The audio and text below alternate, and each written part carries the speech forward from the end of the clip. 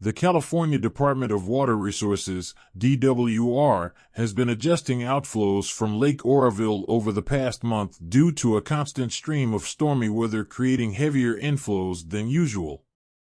Initially, the spillway was open to 15,000 cubic feet per second of water to prepare for stormy weather and snowmelt anticipated throughout the last couple of weeks, with flows being turned up as high as 35,000 CFS. As of Wednesday, the DWR has reduced the outflows back to 15,000 CFS.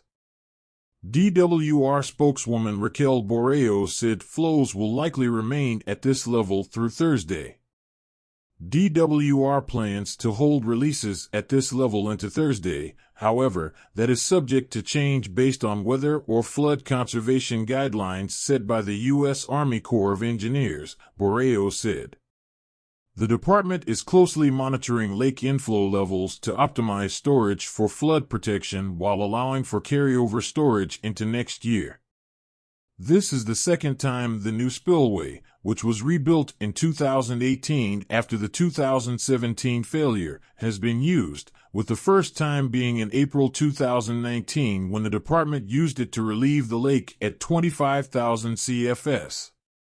DWR has stated that Lake Oroville is kept at a certain level to prepare for potential flooding in particularly wet and snowy winters as a means to control Feather River downstream of the lake. The latest reports showed the lake at a water elevation of 858 feet. Borrello said more runoff is expected as the season continues. She added that once the rainy season ends, the lake storage will be optimized in line with environmental requirements as well as water contractor requirements. DWR is conserving flood conservation space in Lake Oroville to account for continued rain and snowmelt runoff this spring. These conservation levels are set by the Corps and are subject to change based on the wetness index of the Feather River watershed and continued rain and snowmelt.